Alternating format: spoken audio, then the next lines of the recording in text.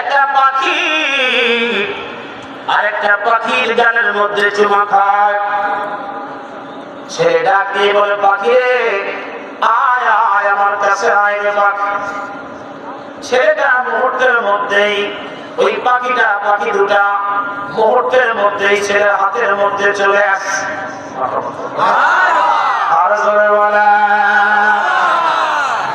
এই দুটা পাখি ছেলের হাতের মধ্যে বসে হাত যখন সামনে নিয়ে আসে, ওই ছেলের দুই গালের মধ্যে দুটা পাখি ঠোঁট দিয়ে চুমা খায়, কপালের মধ্যে চুমা খায়, চোখের মধ্যে চুমা খায়।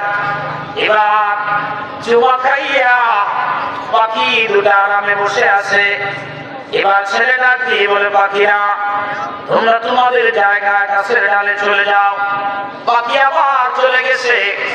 এবার ছেলে ডাক দিয়ে বলে, আব্বা যেই পাগলের সাথে থাকলে বনের পাখি আমার কথা শুনে, বলো হে ওই পাখির সাথে আমার থাকা ভালো, ওই পাগলের সাথে থাকা ভালো, নাকি তোমার রাজপ্রাসাদ আমার জন্য ভালো?